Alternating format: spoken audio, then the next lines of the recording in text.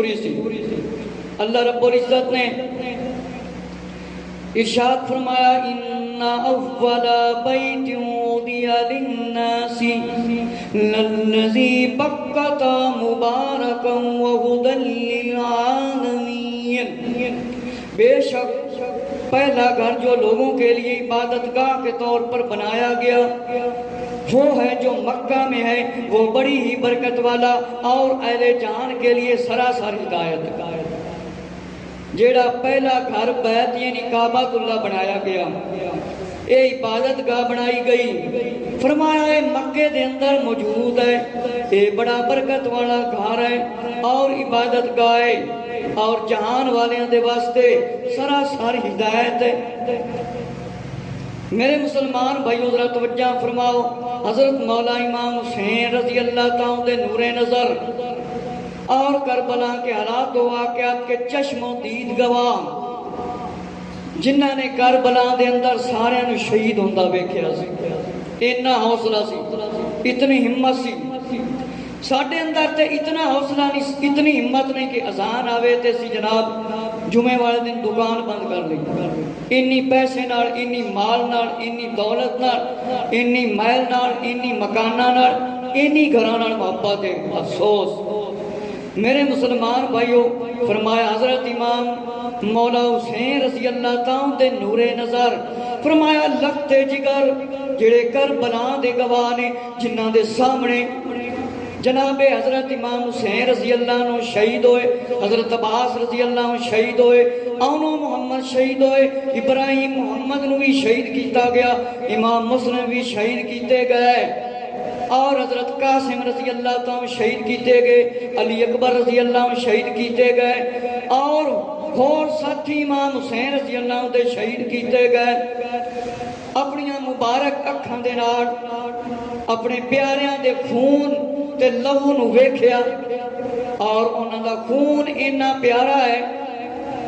پیارا ہے کہ اس دا سی حق نہیں ادا کر دے، اجے بھی زمین بھی روندی ہے تے فرشتے بھی روندے نے انہاں دی شہادت تو، انہاں دے ظلم و ستم جڑا کیتا گیا سی۔ میرے مسلمان بھائیو، حضرت امام زین العابدین ایک کنویں امام نے، پہلے امام مولا علی رضی اللہ عنہ، دوسرے امام حضرت مولا حسن رضی اللہ عنہ، تیسرے امام حضرت امام حسین رضی اللہ عنہ، تے چوتھے امام حضرت امام زین العابدین رضی اللہ عنہ۔ میرے مسلمان بھائیو، چوتھے امام حسین رضی اللہ عنہ دے سونے دے پیارے شہزادے امام زین العابدین رضی اللہ تعالیٰ عنہ کعبہ کے طواف میں مصروف تھے۔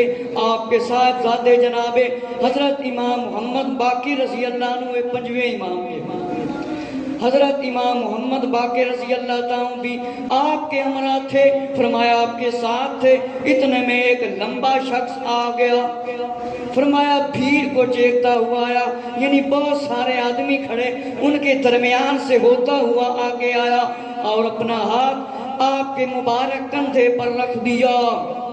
حضرت امام زین العابدین رضی اللہ تعالیٰ نے مڑ کر دیکھا، فرمایا اس نے بلند آواز سے کہا السلام علیکہ یا بنت رسول اللہ انی ارد ان اسألک، یا رسول اللہ صلی اللہ علیہ وسلم کی بیٹی کے دنا اور دیکھنے والے صاحبزادے، آپ پر سلام، میں آپ سے کچھ پوچھنا چاہتا ہوں۔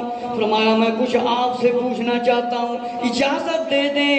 فرمایا مجھے اذن دے دیں، میں کچھ لب کشائی کر سکوں، میں آپ سے پوچھ سکوں۔ میرے مسلمان بھائیو، حضرت امام زین العابدین رضی اللہ عنہ نے اس کے سلام کا جواب دیا اور خاموشی سے اپنے طواف میں مصروف ہو گئے اور مزید فرمایا طواف سے فارغ ہو کر حتیم میں تشریف لائے اور 2 نفل ادا کیے، پھر مزاب رحمت کے نیچے بیٹھ گئے اور اپنے صاحبزادے حضرت امام محمد باقر رضی اللہ تعالیٰ سے فرمایا کہ یا امام باقر رضی اللہ تعالیٰ عنہ، یا محمد رضی اللہ تعالیٰ عنہ، سائل کہاں ہے؟ حضرت امام باقر رضی اللہ نے سائل کو اشارہ کیا وہ آپ کے قریب آ کر بیٹھ گیا۔ آپ نے فرمایا اپنا سوال پیش کرو، جو کچھ پوچھنا چاہتے ہو بے شک بلا شک پوچھو، ڈرنے کی بات نہیں ہے۔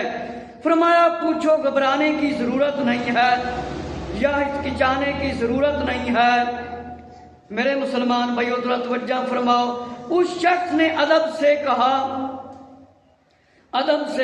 فرمایا سرکار میں کعبۃ اللہ کا طواف کرنے کے لیے آیا ہوں، یہ اللہ تعالیٰ کی عبادت گاہ ہے، اللہ کا گھر ہے، اس نے یہاں آنے اور اس کا طواف کرنے کا حکم دیا ہے کہ اللہ نے حکم دیتا ہے۔ میرے دل میں ایک سوال ہے، یہ جاننے کا شوق پیدا ہوا ہے کہ آپ مجھے تسلی کے ساتھ جواب دیں، تسلی کے ساتھ جواب دیں۔ فرمایا اللہ تعالیٰ نے یہاں پر آنے کا حکم دیا ہے، اس کا طواف کرنے کا حکم دیا ہے، آپ تسلی کے ساتھ مجھے جواب عنایت فرمائیں اور اس کے اسباب پر روشنی ڈالیں۔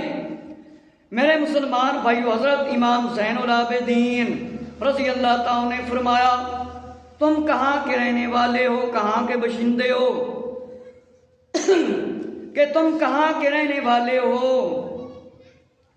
اس نے عرض کیا کہ جی میں ملک شام کے دل بیت المقدس کا رہنے والا ہوں، میں ملک شام کا رہنے والا ہوں اور بیت المقدس یعنی مسجد اقصی جہاں پر بیت المقدس ہے وہاں کا رہنے والا ہوں۔ آپ نے فرمایا رضی اللہ تعالیٰ عنہ نے، اے شامی بھائی غور سے سن، غور سے سن۔ فرمایا میرے جواب کو ذہن نشین کر، پتہ چل جائے گا کعبہ کیا ہے، یہ کعبہ کیا ہے۔ فرمایا اس کا طوفان کیوں شروع ہوا اور لازم کیا گیا؟ یہ اس دور کی بات ہے، اس وقت کی بات ہے جب ابھی حضرت آدم علیہ السلام کو پیدا نہیں کیا گیا تھا۔ فرمایا نورانی فرشتوں سے کائنات نور سے آباد تھی اور پاکیزہ فضائیں ان کی تسبیح اور تعریفیں کر رہے تھے، ترانوں سے گونج رہی تھی۔ فرمایا ہر طرف ان کی اطاعت اور عبادت کے چرچے تھے اور انہی کا شعور تھا۔ وہ جانتے تھے کہ ایک نورانی عبادت گزار اور فرما بردار مخلوق یعنی فرشتے جو نافرمانی اور گناہ نہیں کرتے، گناہ کا تصور بھی ان کے بارے میں نہیں کیا جا سکتا اور خیال بھی نہیں کیا جا سکتا۔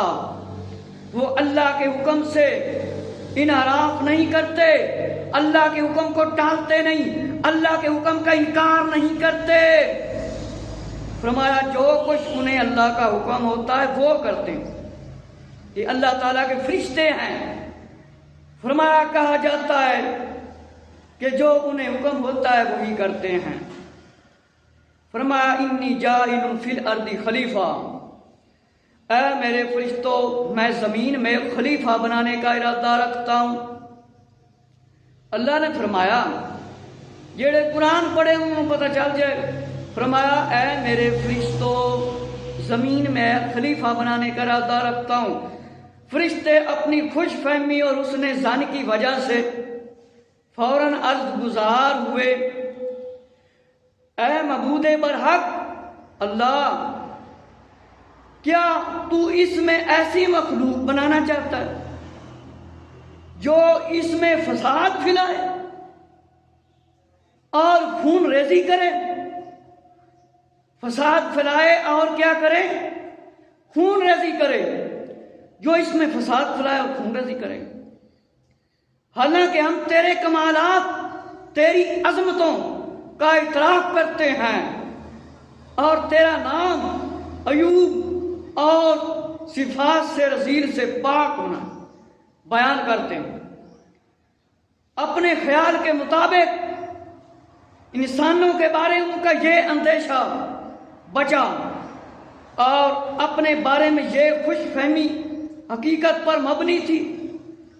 فرمایا ایک عابد اور ایک ذاکر ذکر کرنے والا ہر وقت جو اس کا وقت ہوتا ہے اللہ کی اطاعت میں گزارتا ہے، عابد عبادت کرتا ہے، ذکر کرنے والا ذکر کرتا ہے۔ اور فرمایا کہ مخلوق نورانی افراد تھے، فرشتے، مگر یہ بات جس بارگاہ میں کی گئی تھی اس کے لیے یہ چھوٹی بات نہیں تھی، بلکہ بہت بڑی بات تھی جو ان کے منہ سے نکل گئی، فرشتوں کے منہ سے۔ فوراً اپنی غلطی کا انہیں احساس ہوا۔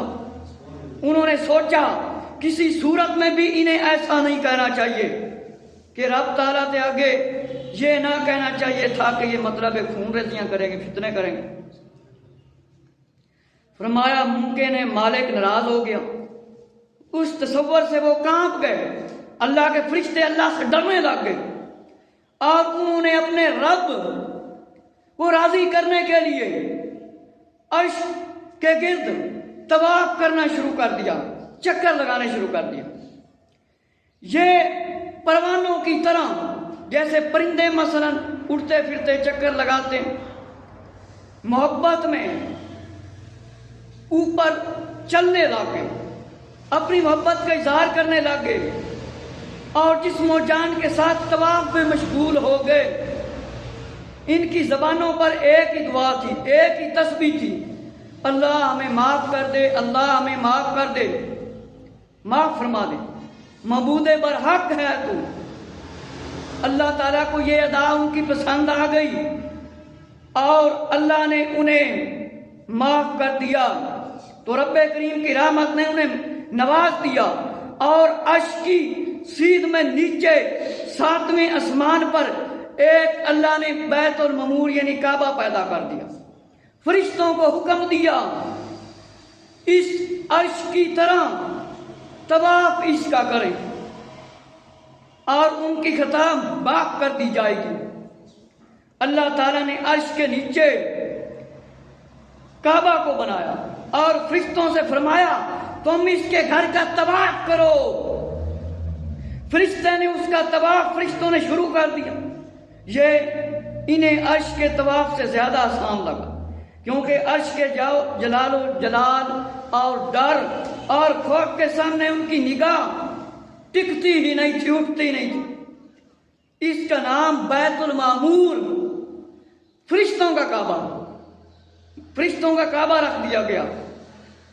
حضرت امام زین العابدین رضی اللہ تعالیٰ عنہ چوتھے امام نے سارا واقعہ بیان فرمایا کہ یہ کعبہ کیوں بنایا گیا۔